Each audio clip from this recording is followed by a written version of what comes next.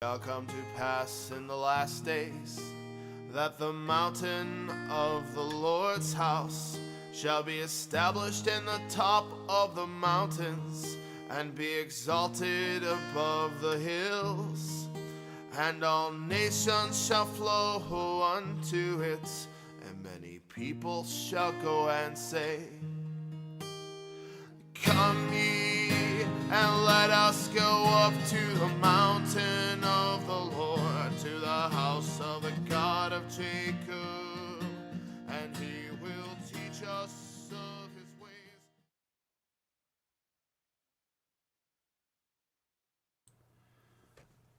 Hello, good morning. Welcome to Line by Line Bible Studies. Continuing in the book of Nahum, we've come to chapter 2.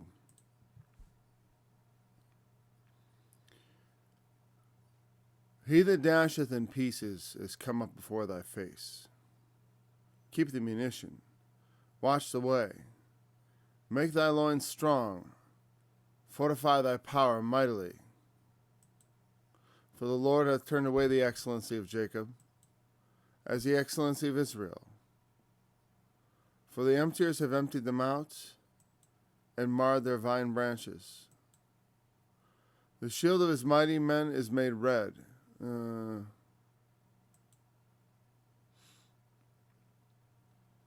we'll just start with verse 1 and 2. Because 2 is kind of a parenthesis aside. Verse 3 refers back again to the dasher, he that dasheth in pieces. The first thing immediately that jumps out at me is, I want to just know what munition, like what is that? Oh boy. Don't cross the streams, Paul. There we go. Oh, this is still wildly out of proportion. There we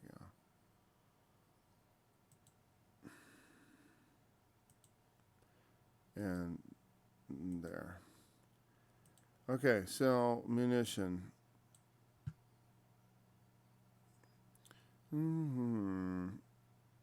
Keep the munition. Siege works, rampart. Okay. Just the defenses. Watch the way. Make thy loins strong. Fortify thy power. Get ready. There's a lot of times where it says in the prophets, it's like it's almost like a taunt to the enemy. Get ready for a fight. You have a fight coming your way. Gird up your loins. He says it to Job. He says, Gird up your loins now like a man, and I will ask you, and you answer me. Or in the book of Isaiah, there's a where it says, gird yourselves, and you shall be broken in pieces. And it's repeated, gird yourselves. You shall be broken in pieces. No matter how you prepare, no matter how you think to stop the inevitable, you will be consumed by it, is the message. The doom that God has pronounced against you is irreversible. Well, let me put it this way. And this goes across the board. We always think, well, and this gets to, I will save myself by my own works, What the things are that men do that they think are going to save them. I'll prepare defenses. This is why I've always been a bit, here's the thing. I think it's good, people who, I always in the back of my mind think about having supplies, food, ammunition, things like that. I think about that to be well appointed for trouble if it should come. But I also know that all that preparation can be for nothing. You can just, I was, in the movies, there's always like, they stumble across the bunker and it's filled with food and there's no one around. And they find the store that someone set up for themselves, but then something happened and they never got to use it. They find, there is, we can prepare, but we should not think we can save ourselves. You know what I mean? Now, that doesn't mean you shouldn't do anything and you should fold your hands and say, I'm just waiting for God to save me from every eventuality. Because though we trust the Lord also has entrusted us with a charge to be, to do what we know we can do. In the parable of the talents, he gives out these talents to these servants and says, occupy till I come. And when he returns, he expects a return on what he provided them. And the one who takes the attitude of like, well, I knew you're an austere man, reaping where you did not sow. Austere means severe. You're a severe person. I know you're a rough customer. I just hid your goods in the earth. Your talent, I hid it in the earth. And now here, I return it to you, what you gave me, with no increase. And Jesus indicates that the master of such a servant was wroth with him, calling him unfruitful and slothful.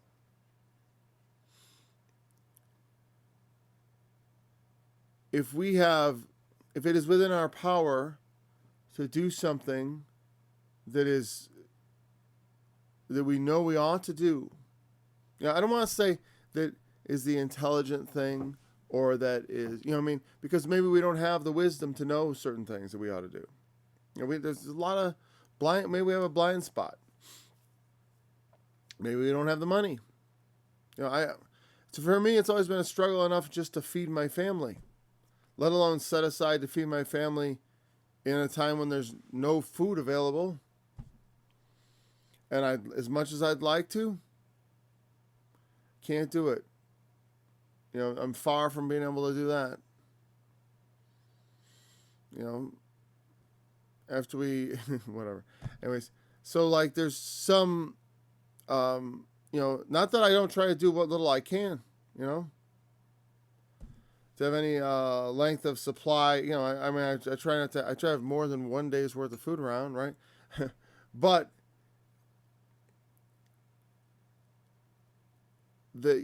people who invest all their trust in, I'm going to be prepared. I'm going to have a bunker. I'm going to have it loaded with food. I'm going to have a generator down there. We're going to have a generator in a locked building that's secure with, we'll put it underground and with a vent, so because it needs to breathe or whatever. I don't know. Because I've actually thought these things through. I'm like, where do I put my generator? Where do I keep it? How do I run it so that nobody knows you have it, because the smoke and sound of your generator will draw looters, right? And I laugh because it's like, this is all just what if, right? I certainly think of that stuff more in terms of not the end times, but just bad times. Because you look at history, there have been a lot of bad times since Jesus left without the end times coming. We could have all kinds of bad times come. That's why I think it's hilarious when Christians think we're not going to go through the Great Tribulation. We might go through some kind of tribulation, and maybe it'll be pretty bad. They had the Black Death in Europe. That didn't end the world. There was the Mongol invasion. That didn't end the world. There was all kinds of bad things that have happened throughout history. In Mongol, I know they didn't invade Europe. But I'm just saying, but parts of the world got invaded by the Mongols. Different, the Turks invaded, the Balkan Peninsula, and Turkey used to, the seven churches which were in Asia. Asia means Asia Minor, Turkey. It's controlled by the Muslims now. It used to be Christian territory. It all used to be Christian territory, as far as if you want to think in that term. We don't really have territory in this world, ultimately speaking. It's all right. But as far as, bad times come along, and no matter how we prepare ourselves, we can get the armies ready, get the munitions ready. If we've been set up for destruction, we're going to get destroyed. We're going to get absolutely murdered. But that doesn't mean we shouldn't do it to whatever degree. Just like I said about retirement plans. I don't think you should put all your trust in a retirement plan. But that doesn't mean you shouldn't do it. Because it's wise to lay up for the future. But some people become so obsessed with lining up with the future, they start to think and trust in that, like, and fantasize about what their life is going to be like when I'll take my ease. That'll be my retirement. And, and while they're daydreaming, their car goes off the road, and, that's it. That's the end of them. And then their retirement plan gets eaten up by others. So it is good to do what is wise, but it is not wise to rely entirely on ourselves. We have to look to the Lord for ultimate salvation. And for ultimate salvation, there's actually nothing we can do as far as I cannot save myself. But what has happened is God has sent his Son. And if I put my trust in his Son, I can be saved. Through faith in him, through the sacrifice he made on the cross, my sins may be forgiven. And now because I can't work that off. I'll never work it off. Because while I'm working it off, I'm going to offend yet again.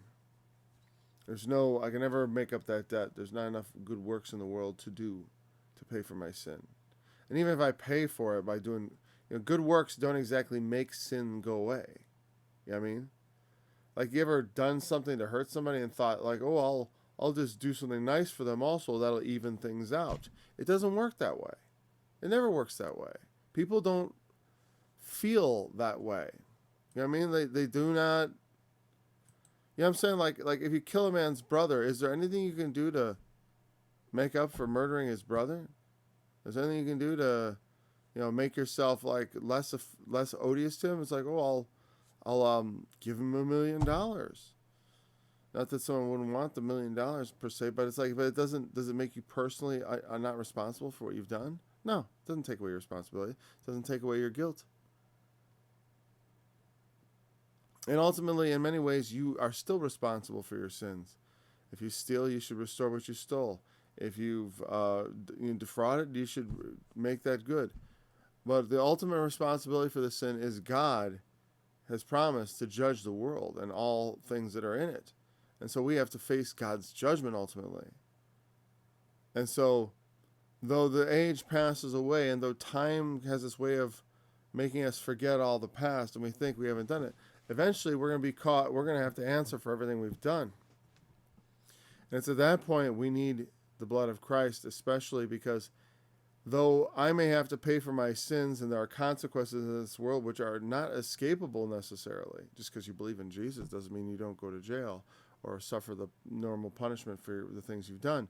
But when you stand before God in judgment, through faith in him, you can be judicially pardoned and enter into life. Because there is the ability to restore our lives through Christ. And there's the ability to escape the ultimate judgment. But I can't work my way out of it. I can't fight my way out of it. There's nothing I can do to get myself out of that judgment, to set myself right in it. There's no amount of preparation. There's no amount of anything I can do. Now, of course, in being forgiven, in being accepted into the family of God, I ought to walk worthy of it. Now that I've been forgiven, I should no longer walk in murderous or thieving ways. I should no longer walk in the ways of adultery and covetousness. I should walk in the ways of righteousness. That is precisely the right thing. But the question is, it's more of, it's a response to what God has done as opposed to an attempt to get God to respond to me. Like, I'm not trying to get God to save me because I'm doing the right things now. Oh, you're doing the right things now. How impressive. God is not impressed by our good works nor by our righteousness, because our righteousness is all polluted, as it says, as filthy rags. So when the time for destruction has come, when God's appointed destroyer, in this case it's an earthly punishment, man will prepare, man will set up, like in the book of Revelation, the sixth trumpet, It's not the sixth trumpet I'm thinking of. It's the sixth vial. Then I saw three unclean spirits come out of the mouth of the dragon, out of the mouth of the beast, out of the mouth of the false prophet. They are the spirits of devils working miracles, to go forth to the kings of the earth and of the whole world, to gather them to the battle of that great day of God Almighty. Or there were the four angels, loose the four angels which are bound in the great river Euphrates, also the sixth trumpet, which is similar. There's something structurally connecting the sixth trumpet, sixth seal, no doubt. And also on down the line, the first and the first, the second and the second. They have connecting tissue as far as like the things they're concerned with. Like the first one, first trumpet is hail and fire mingled with blood, and they're cast upon the earth. And the first vial also corresponds to something happening on the earth. And then the second, the sea, the third, the rivers, the fourth. Oh no, the sea, the earth. Yeah, the fourth, the sun and the moon. The fifth is always a little bit.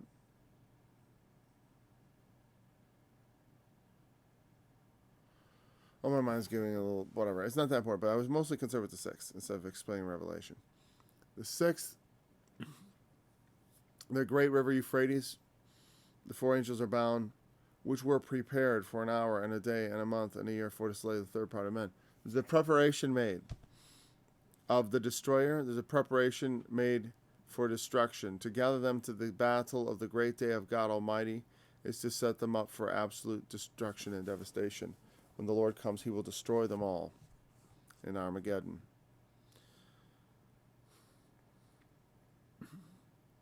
Keep the munitions washed away, make thy loins strong. There's a lot of loin girding going on in the Bible, you know. It's not, you know, because there's a lot of times, you know, your loins is like your core, essentially. I think that's what it refers to. From your abdomen down between your legs, you know, and they would wrap that with a belt, wrap their garments. They would tie it up so that they were able to stand. I think also you gird that so it's like you are less likely to collapse. I don't know. But they would also have, like I said, they wore these long garments usually and not pants. And they would tie up their long garments with a belt so that they could have freedom of movement with their legs. So, you know, it's like pull your pants up, put your belt on. Definitely put your belt, you know, girding your loins is the idea, like, you don't want your pants falling down. You want to be running around, you know. We say today, come out like, we don't say today. They used to say, like, pull up your bootstraps and stuff, but pulling your pants up is more like it. Fortify your power. For the Lord turned away the excellency of Jacob. Now, I've gotten some different feedback on this one. At least I looked into it because I thought it was an interesting place to have this occur. Fortify that, for the Lord hath turned away the excellency of Jacob. Now, in my mind, it made me feel like it is an odd parenthetical verse here in the midst of the judgment of Nineveh, because Nineveh is the focus, and Nineveh is that which is being judged in this chapter. But it's like one of the things they were saying in some notes I was looking at, it was that the Lord has, because the word turned away means to return. And it, like some words in Hebrew, this is like some of them in that it can have a double connotation. It can connote either turn away or return. Turn back, as in, you know, or turn, like, meaning, like if I'm headed towards you and I turn back, I'm turning my back on you, I'm walking away. But if I'm going away from you and I turn back, I'm coming back to you. So the word has, you know, that change directions depends on which direction you're facing. Now, I thought it was interesting they wanted to say that he's going to return the excellency of Jacob as the excellency of Israel. But the only thing I don't get is that Israel's excellency was not being returned. You understand? Like, after the Assyrian captivity, there was only a kingdom of Judah. Now, it doesn't mean there wasn't a remnant that returned from Israel, but there was no longer a kingdom of Israel. You know what I mean? The excellency of Israel was finished. Judah, well, and because Jacob is often used as a proxy for Judah, right? For Judah's return, they often speak of Jacob. And this is just something you pick up through the prophets, that Jacob refers to Judah. The natural name refers to Judah, just as the natural king is of Judah. And also Israel refers, but the name is what the northern kingdom was called. And it's often used to describe those who lost the promise. And so, while I think that, is it worth it? Let's take a peek at something. Let's see what some of the other translators have had to say and their interpretations. That's the funny thing, is like, you don't need a commentary. You just need a modern Bible translation. You'll get all the commentary you can stand. Let's try the New American Standard. Yeah, see, the Lord will restore the splendor of Jacob. Oh, that's not on the screen. The Lord will restore the splendor of Jacob like the splendor of Israel, even though the devastators have devastated them and destroyed their vine branches. Now then they have it, the Lord will restore. What gets me is like how they get the future tense in some of these. In other ones, they're like, it's like, no. When we look at our text, the Lord hath turned away. Is that wrong? Sometimes it's a little annoying not being a expert Hebrew scholar like some people. But I'm thinking that this is the general feeling throughout the translators. Let's try the New Living Translation. No, see, now here's an interesting thing. Wow. New Living Translation takes more the view that I think makes more sense, which is my view. Well, the view Even though the destroyer has destroyed Judah, the Lord will destroy its honor. Israel's vine has been stripped of branches, but he will restore its splendor. I guess, if that is so, because I was definitely taking it, even though the Lord has, let's go back to our text. Okay. The way I took this is, even though the Lord has turned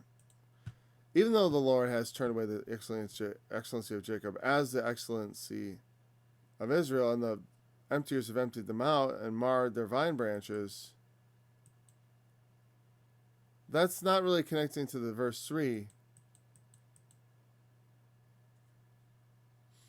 It's sort of like, even though God has punished Israel, right?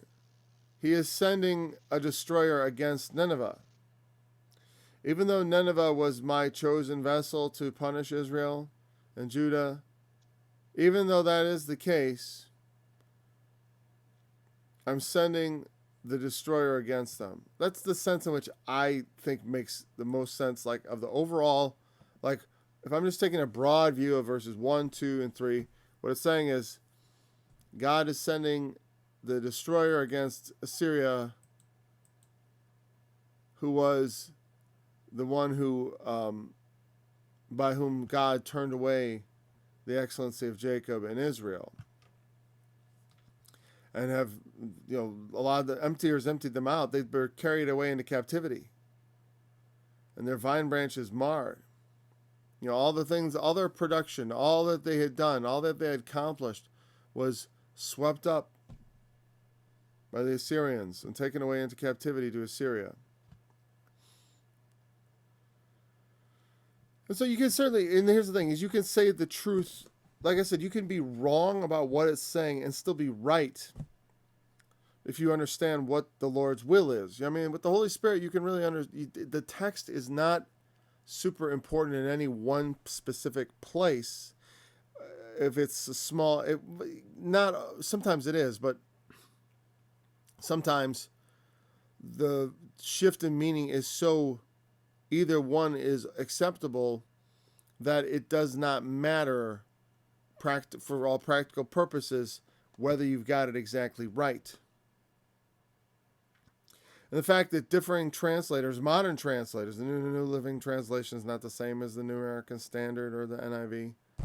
And we didn't look at the NIV. I'm not going to go back to that again. Though the translators may differ, it shows that there is ambiguity in the text.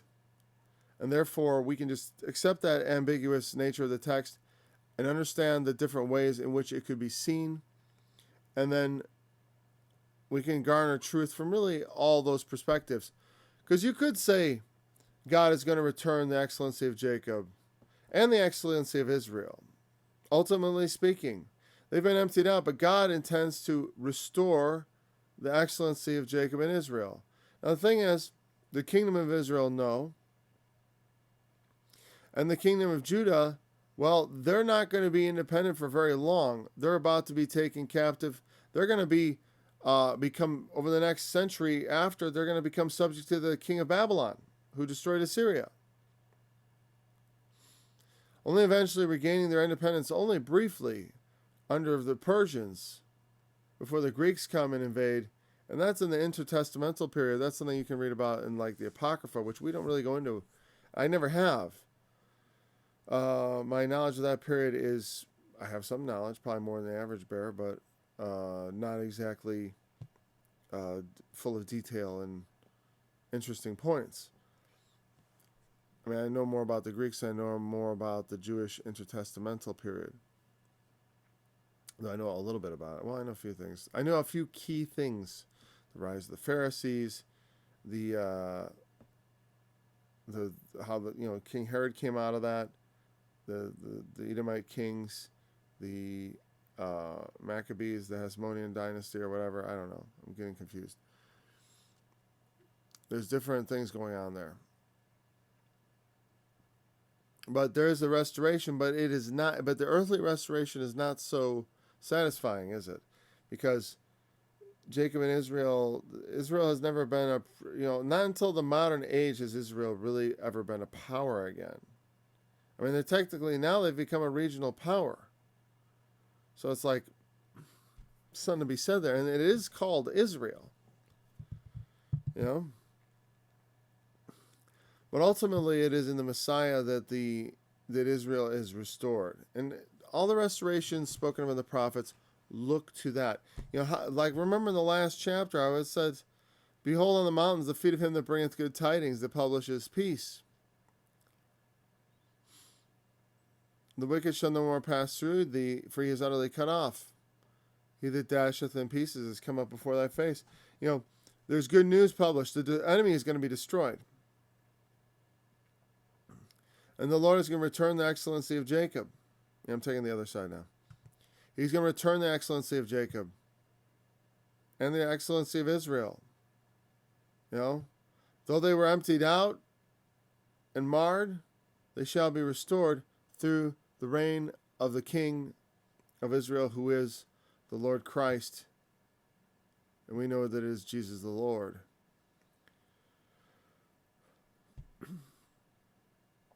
And literally, they were emptied out. I mean, they stripped out the temple. The temple wasn't sacked, but they stripped a lot of the gold to pay off the Assyrian. They, all their cities, the fenced cities were devastated. Just huge portions of the population carried away into captivity. Right. The shield of his mighty men is made red. The valiant men are in scarlet. The chariots shall be with flaming torches in the day of his preparation. The fir trees shall be terribly shaken. The chariots shall rage in the streets. They shall jostle one another. The chariots shall rage in the streets. They shall jostle one against another in the broad ways. They shall seem like torches, They shall run like lightnings. He shall recount his worthies. They shall stumble in their walk. They shall make haste to the wall thereof, and their defense shall be prepared. Hold there. We're going to pick up with verse 5 in a minute.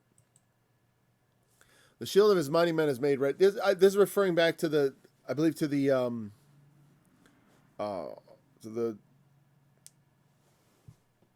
enemy of Assyria, Babylon. Who's going to come? The idea that their shield is made red, I think it often means with blood. You get a lot of blood in your shield, it just becomes red over time.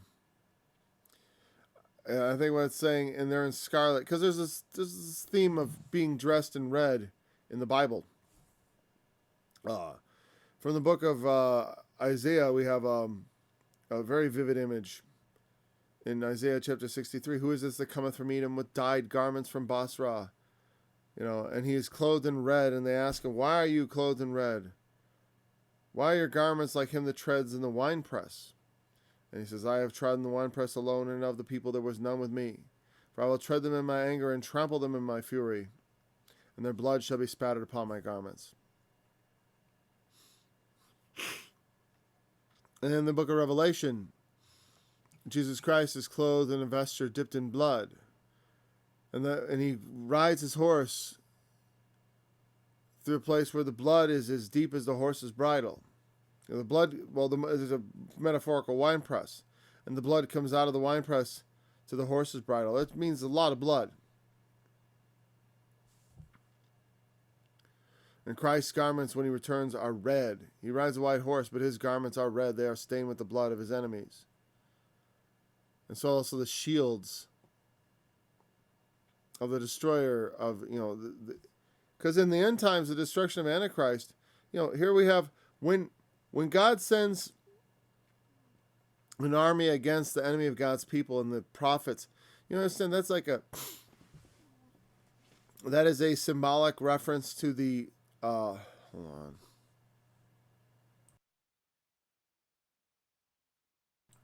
To the armies of heaven defeating Antichrist, defeating the ultimate enemy, the enemy of enemies. And so that's why the symbology starts to cross over. Their shield is made red. They are all dressed in scarlet. The chariot shall be with flaming torches in the day of his preparation, and the fir tree shall be terribly shaken.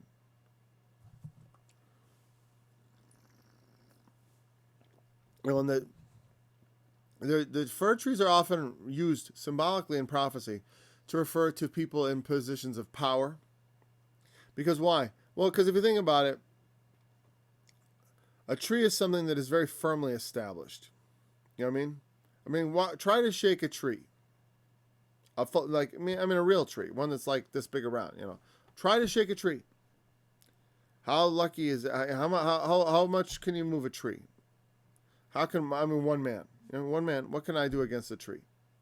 It's like the president or the prime minister of some other country or whatever. Or even just powerful people.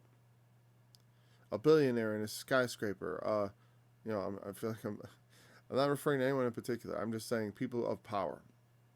A general, whatever. A very powerful bureaucrat. What can one man do against them? Not much, but an army, what can they do against trees? Well, they can shake them down, right? And so it talks about the fir trees being shaken. It's an image of that which is most firmly established being shaken to its root. Trees grow.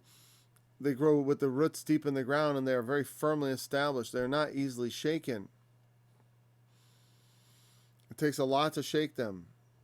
It takes a lot to bring down the men who are in power. It's not something that just any person can just do. An assassin can do it, sure. But it's not that. But an assassin just ends up removing one person, and another person takes their place. You know what I mean? Kings die off all the time, and another king succeeds them. Men are removed from power, and another man succeeds them, right? The position remains the same. Pharaoh and his multitude in Ezekiel chapter 31 is a song I do. And there are a lot of references made to fir trees. And in fact, when I did my music video for it, you can see there are I use all kinds of imagery of fir trees, because the song's talking about all the cedars of Lebanon, where I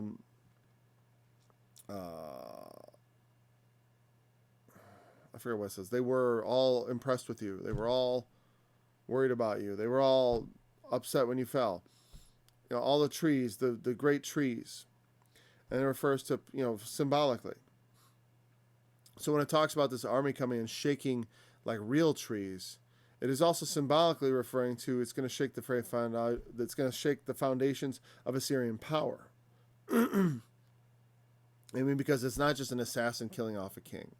It is the kingdom coming down, being brought down. And that's a very different thing we're talking about. It's one thing to, for someone to remove a president or a president to be elected, but there's a new one replaces him. There's always the power position remains the same, essentially, untouched.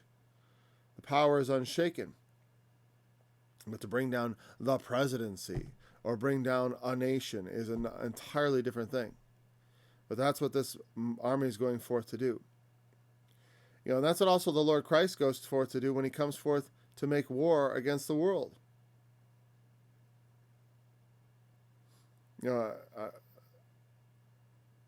I saw heaven open, and behold, a white horse. And he that sat upon him was called Faithful and True. And in righteousness he doth judge and make war.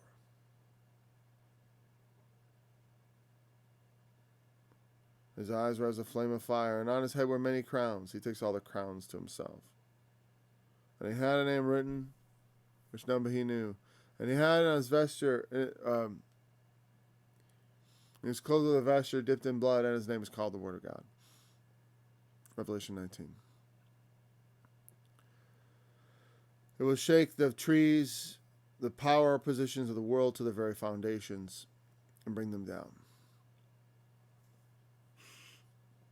The idea of flaming torches and chariots, was there anything symbolic you can think of there, Paul? Well, let me see. What would be the flaming torches? Light by night, light in the darkness. Also, the flaming fire. His eyes were as a flame of fire. To bring about the flaming destruction, to burn the city down, to burn down the institutions thereof, to burn down. It's another of the idea of chariots with fire are, rapidly traveling, mobile, armed forces with the power to destroy and to burn down and shake the forest, shake the city, destroy the structures of power, etc. That's what it means. The chariots shall rage in the streets. They shall jostle one against the other in the broad ways. And it's going to be packed with chariots. That's why this right here, this verse, Nahum 2:4, I remember when I was growing up, my dad had this Rex Humbard's Prophecy Bible. Rex Humbard was a relatively minor radio evangelist back in the 80s. I don't know what he's doing now. He's probably passed away, actually, because I think he was quite old. But he had this Prophecy Bible he was selling. My dad picked it up. And it wasn't really that good that I could tell. But it's at the end, it had these 67 signs of the end times or something like that. I forgot the exact number. I think it was 67 signs of the end times. And one of them, and he used this verse for like 5 of them. And then one was like the invention of the automobile. And this is a prophecy of the invention of the automobile, they're going to have, their chariots will be like torches. They're going to jostle against one another in the broad ways. The thing is, obviously, I hope you understand how silly that is. But it's like, to me, it's like one of those things like, can we make it fit? Can we make something fit? Can we find another sign?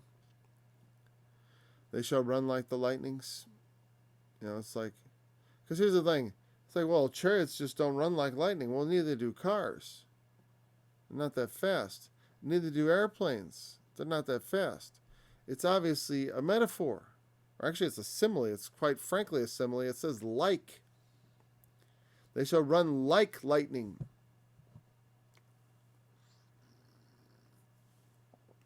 It's funny when you have a genuine, demonstrable simile.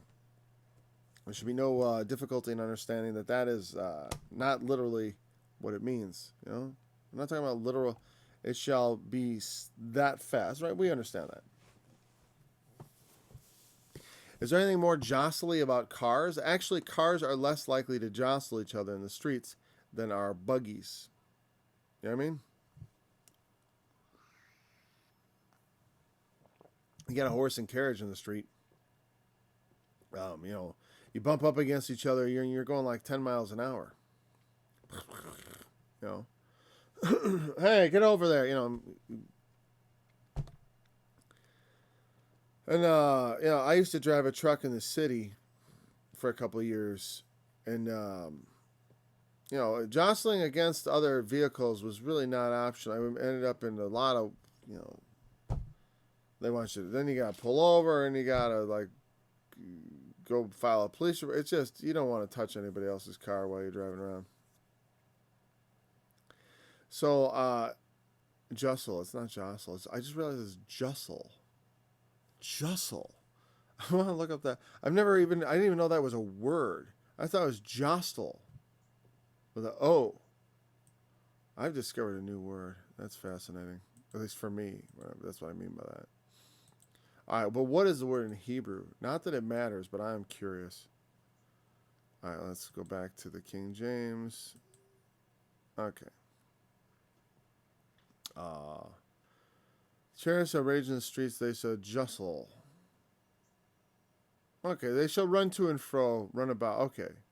Justle one against another is not... Why is that not showing up? That's so disappointing. You know, I have that little window that pops up. Usually it shows you the definition. It's decided it doesn't work anymore. What is with this computer sometimes? Well, whatever. Take my word. It's number 8264, Shakak. To run about, or rush is what it means. They shall rush about in the streets, okay? Rage means to shine. Yeah, but to shine also means to make a big deal. You know what I mean? So it's sort of like... sometimes the translation... I always worry a bit about the Hebrew translations of things. Because it's such an ancient language. It's so far removed from English. Greek, I feel like I'm like half the words I kind of understand. If you have any... If you've done any if you've done philosophy, if you know anything about medicine, if you know anything about a lot of things, even just have an extensive vocabulary in English, you recognize that there is a significant contribution from ancient Greek into our modern English. And familiarizing myself with it, though I don't understand much about syntax and construction, I also understand that that's a very well understood thing. The Hebrew, I'm not so. For me, it's totally alien.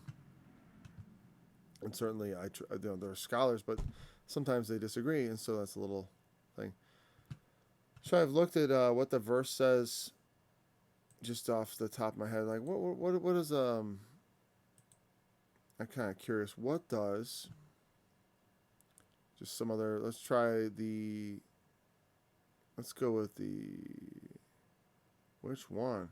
What is this? Christian Standard Bible. I've never even heard of the Christian Standard Bible. Contemporary English Version? I don't think so. Good News Translation. That's kind of like a... I've had that. I think that's a Catholic one. Holman Christian Standard Bible plus Strong's Number. That's interesting. American Standard Version. Let's go with the American Standard. The ASV. The chariots rage in the streets, they rush to and fro on the broad ways. Well, there you go. All that stuff about justling was obviously misplaced on my part.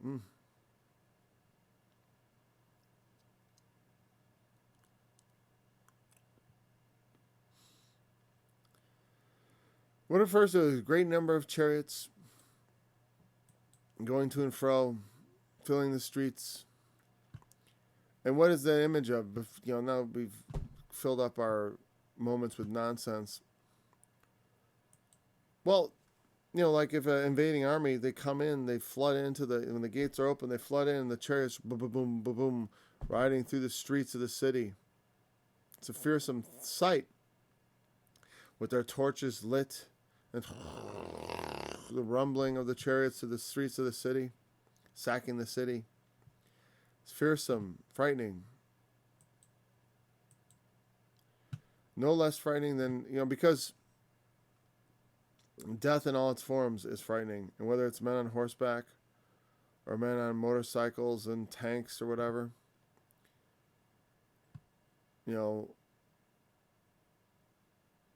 any rapid assault always seems like a lightning assault, like blitzkrieg, as the Germans coined the term in the Second World War. There was also a more ancient form of it with chariots. He shall recount. I think this is. Well, the verse 5 obviously refers to the Assyrians again. He shall recount his worthies. I think worthies. Let me double check this. I just want to. Yeah, it means majestic, but it's like the nobility, the higher level officers and stuff. He's gonna assemble his chief officers, the nobles of the land who are there to prepare the defense. Right? They shall stumble in their the idea is like they're rushing to defend themselves, but they're kind of caught a little, off guard. They're stumbling. They're running to the defense. They're making haste to the wall to prepare the defense. But there's this sense of urgent ill-preparedness. They prepared, but they're not prepared quite for, I think in some way they're not prepared for the defeat. Because you can make a lot of preparations, but still find defeat. You can make preparations, but still stumble in your preparation. And that's the reference, is that they prepared, but in preparation they stumbled. And the preparation was fatally flawed, ultimately. The gates of the river shall be opened, and the palace shall be dissolved. I believe that is how a lot of ancient cities were conquered this way, because they built them on rivers, so they have a supply of fresh water. And oftentimes the city grew up on both sides of the river, and they wall it around. And people need to have access to the river. You can't wall the river off. So they put a wall across the river, and then have a gate to either open it or close it. But you don't want to totally close off the river, otherwise your city will become a lake. So you have to let water flow through, obviously at a preferred level. But, those gates can be manipulated in such a way as to let an enemy in. I think that's what happened with Babylon. But also here. And then let me, I didn't check any note on that, because there's people who know more about this than I do, as far as the basic history of it. I just want to,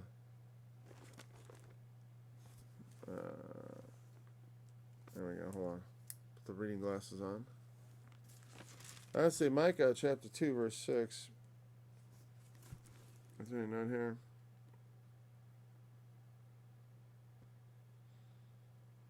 Yeah, Nineveh lay on the east bank of the Tigris.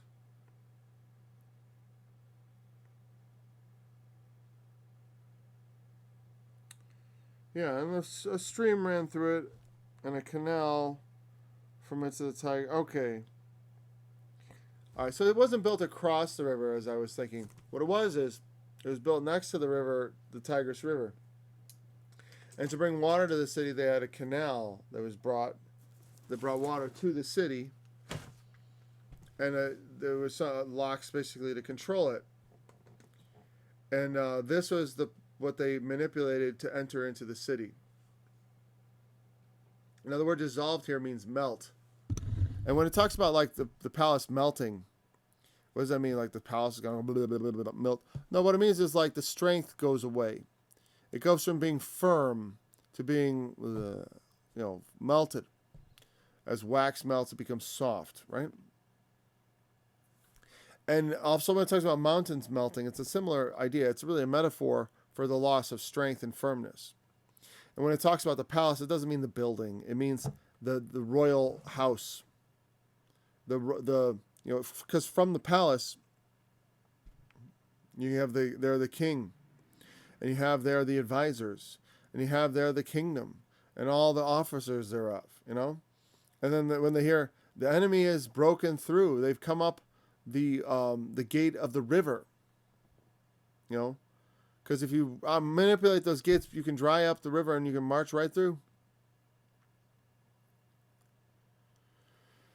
And so the palace being dissolved means that they lost all their strength. They were, because of panic and fear and all the human emotions that come with the impending defeat. It's like the enemy's in the city. All their preparations, all their plans have gone awry now because, you understand if you prepare for defending a wall, you get all this stuff ready for the wall, right? That all gets screwed up if they get in the city some other way.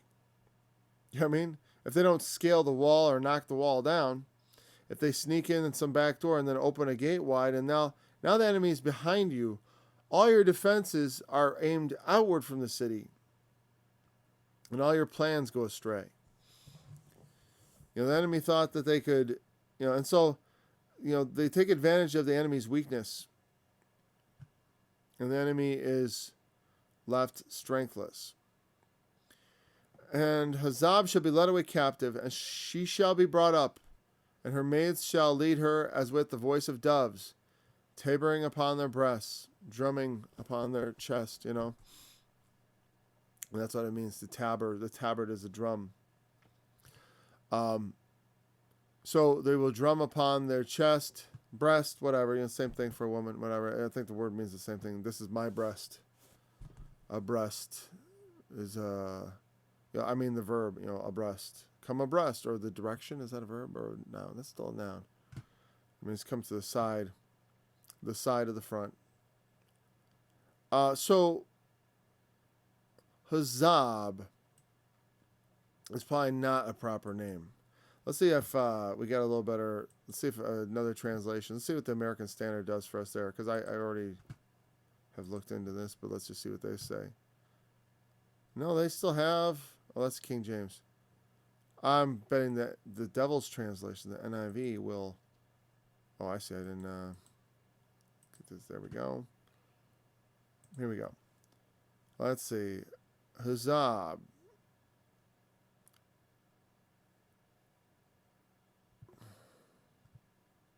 Here they are like.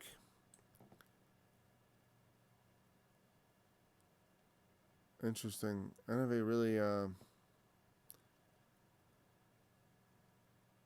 Okay. Nineveh summons her picked troops. Yet they stumble on their way. They dash to the city wall. The protective shield is in place. The river gates are thrown open. Okay. Interesting. It is decreed. Oh, that's right. Now I see why they do it. The word "it is decreed." And they have a little note there in the NIV. The meaning of the Hebrew for this word is uncertain. Okay.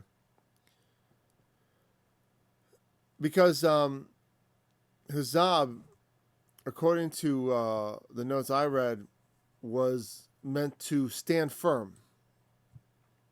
And then it would read something like, let's see. It would read something like this in the King James. She who stood strong shall be led away captive. They say it is decreed Nineveh shall be led away captive, or whatever. It stands that Nineveh shall be led away captive, or that's the idea of decree. It stands, or she who stood firm. Whatever, the meaning is uncertain. Nobody's quite sure what that word means, because it's an uncommon Hebrew word, and the prophet's meaning is lost somewhat. But whatever, it does. We know we're talking about the Assyrians. We know we're talking about Nineveh. So the exact meaning is not precisely important. She shall be brought up, and her maids shall lead her as with the voice of doves. And her maids refers to what?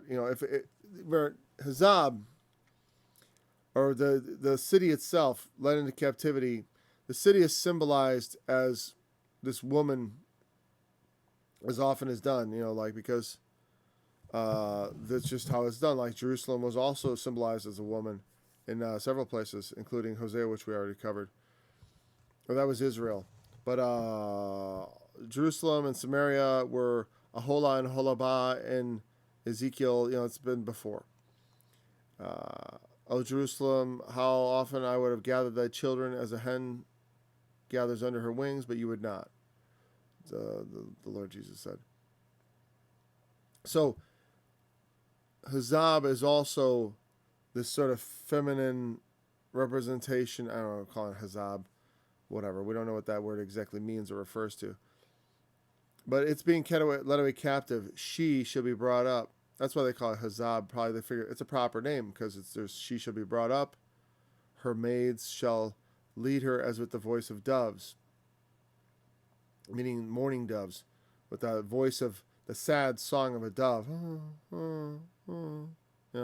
weeping, drumming upon their breasts. The maids represent, just as, the thing about Revelation, the great whore, the city, the great whore, Babylon. There it's Babylon, here it's Nineveh. The same thing, God's enemies. Whenever it's God's enemies, the names are interchangeable. But she, in 1 hour is thy judgment come, right? And all the merchants are wailing and weeping over her for the loss of their merchandise. And so everyone who benefited from the power of Nineveh is the maids and daughters.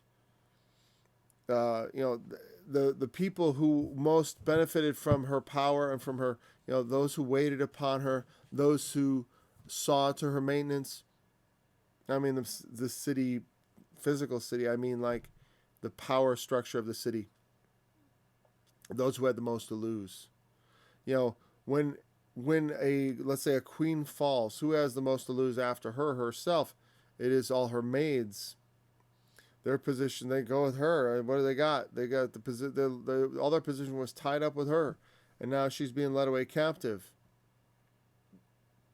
And they go into captivity with her. But it also, it's like when Paul talks about, like, I have espoused you to one husband, and I should present you as a chaste virgin to Christ. I will show you the bride, the Lamb's wife. But this is also portrayed as like the 144,000, they are virgins which are not defiled with women, for they are they serve God before him day and night in his temple. There's this idea of one being like the bride, but also like the bride's maids. Like in Revelation, there are not Revelation, in the book of Matthew, the 10 virgins parable, where there are 5 wise and 5 foolish, right? 10 virgins. And these would be kind of like the foolish virgins. They're not with the victor. Mystery Babylon herself is this figure, this tragic figure, who thinks herself a queen and no widow, right? And Nineveh kind of answers to that also, because in her fall, her maids are weeping. With sorrow because of the loss of their position with her position. And so in the apostate church of the book of Revelation, the maids there would be just the people who inhabit that overall superstructure, that symbolic superstructure of the whore. Because there's no one person that represents the whore. We all represent the whore, all who participate in such things. All who are in her are her, just as the bride of Christ is. The bride of Christ is not me, but it is collectively all the believers. So also, the Nineveh is not Nineveh, the woman. There's no woman who embodies Nineveh, but Nineveh herself is the embodiment of all the people who are of her. If that makes sense. I hope it makes sense. But they all embody this woman. The queen is also the embodiment of all her maids, because the retinue and the you can tell a king by all the people serving him, and the queen also. I mean, it's like obviously the center of attention is the king. The one to whom everyone is turning and looking is the king. Same thing with the queen and her maids, is that the one upon whom the maids are all attending is the queen. And they're going to sorrow at her fall. Just as in Revelation, that Babylon has her mourners, so Nineveh has her mourners. It's a prophetic symbol that we see carried throughout. Okay, we're at an hour. All right, we will pick it up with verse 8 tomorrow. Thanks for joining me in this study. I look forward to studying with you again tomorrow. And it shall come to pass in the last days that the mountain of the Lord's house shall be established in the top of the mountains, and be exalted above the hills. And all nations shall flow unto it, and many people shall go and say, Come ye, and let us go up to the mountain of the Lord, to the house of the God of Jacob.